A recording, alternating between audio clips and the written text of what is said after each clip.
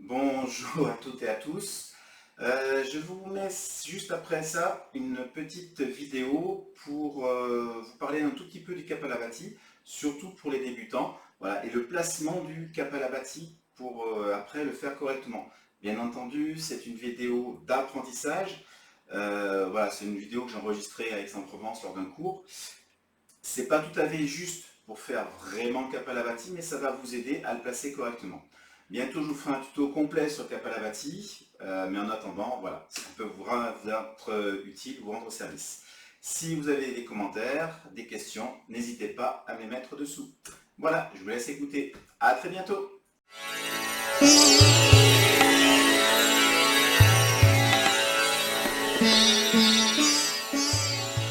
puis de nouveau le souffle.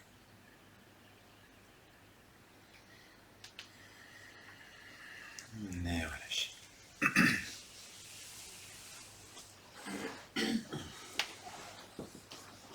Ça va? Je n'ai pas reconnu quand t'es arrivé. La cagoule, le masque. Je me suis dit en train de se faire attaquer. Tu m'as regardé bizarre. Bah oui, je me suis dit, qui c'est ce truc-là? On va revoir le Kapalabhati. Donc je vous rappelle, le Kapalabhati, c'est le saut qu'on vient de faire. Donc, souvent, pour pas mal d'entre vous, il est trop haut. Donc on va essayer de trouver une astuce. Vous allez mettre la main droite sur le bas-ventre, c'est-à-dire que comment ça s'appelle, petit doigt devrait toucher l'os du pubis. Donc c'est très bas. Et vous allez mettre le souffle au niveau de la main. C'est-à-dire que quand vous allez expirer, vous allez sentir que c'est la main qui entre. Quand tu expires, là tu inspires.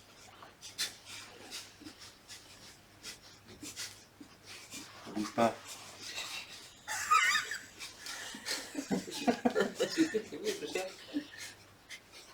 Donc, ce qui va vous aider pour bien mettre le Kapalabhati en place, c'est de tenir la base, de tenir l'anus. Si l'anus ne tient pas, ça va être beaucoup plus difficile. Est-ce que vous le sentez ou pas trop? Vous voyez, ça bouge, et ça commence.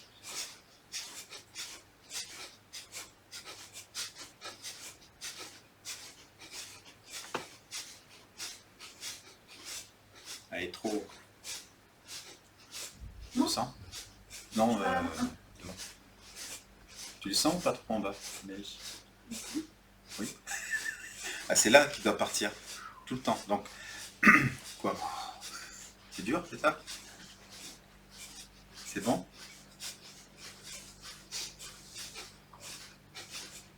On va essayer de redescendre encore un petit peu. Alors après, ça bouge. Ton souffle est encore un peu trop. Parce qu'en fait, moi, on m'avait dit qu'il fallait que ça se soit un peu rentré et après qu'on fasse le souffle. Donc du coup, j'ai pris l'habitude d'avoir du ventre un peu rentré. On revient encore sur ce truc de rentrer le bas-ventre. Il faut le rentrer, effectivement, mais ça, vous allez le faire quand la technique sera en place. Pour l'instant, la technique n'est pas en place. Voilà, c'est-à-dire que souvent, oui, effectivement, dans le Kapalabhati, on a ce qu'on appelle une aspiration du ventre. C'est-à-dire que le fait de rétracter le bas-ventre doit venir d'une aspiration intérieure. Et souvent, ce qui se passe, si on le fait trop rapidement, le fait de plaquer le bas-ventre va venir d'une contraction extérieure. Ça n'a plus rien à voir. D'un côté, on contracte les muscles à l'extérieur, et de l'autre côté, on aspire de l'intérieur. Et c'est ce qu'on va chercher à faire normalement. C'est une aspiration intérieure qui doit permettre de plaquer le bas-ventre. Mais pour qu'il y ait cette possibilité, il faut que le bas-ventre soit souple et soit tonique quelque part. Donc il faut remettre. Donc là, le souffle, vous allez mettre. Enfin, si vous faites ça, vous allez le mettre vraiment très très bas. C'est pas comme ça qu'il faut le faire.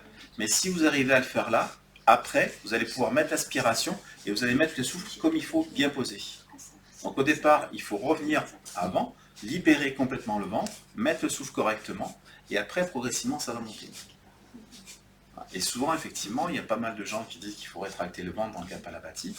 Oui, mais à condition d'être au niveau de rétracter le ventre. Et souvent, on va trop vite. Voilà, donc il faut mieux prendre. Alors, on va dire que pour rétracter le ventre dans le Kapalabhati, il faut maîtriser l'Uddiyana Bandha. L'Uddiyana Bandha, vous vous souvenez ce que c'est? C'est l'aspiration du ventre. Donc la contraction, c'est Mula Bandha. Voilà. Uddiyana. Uddiyana, c'est au niveau du ventre. Donc on expire, on tient vide ou à plat, et on aspire le ventre. On doit sentir que ça attire dans les hanches jusqu'au niveau du truc. Coccyx, sacrum. Enfin, tout en bas, voilà, le truc. Coccyx. Oui, tout en bas. Donc si ça, c'est pas en place, vous allez trop vite. Si vous ne le faites pas, ce qui se passe, c'est que vous êtes en train de prendre une habitude de mettre le souffle en haut. Si vous le mettez en haut, vous allez travailler au niveau du plexus solaire, ici. Vous allez renforcer les blocages. Ouais, c'est pas la première fois que je le dis, je pense. Et voilà, il faut essayer de trouver l'astuce pour vous faire saisir. Donc n'hésitez pas, si vous le refaites un petit peu chez vous, ou même en début de séance, quand vous faites un début de séance, de remettre la main comme il faut pour penser à bien vous focaliser là-dessus. Et vous allez voir après toute seule, ça va se mettre en place. Si vous faites bien comme ça, le Kapalabhati va se mettre en place comme il faut tout seul. C'est bon? Donc on va faire un peu de nettoyage aujourd'hui.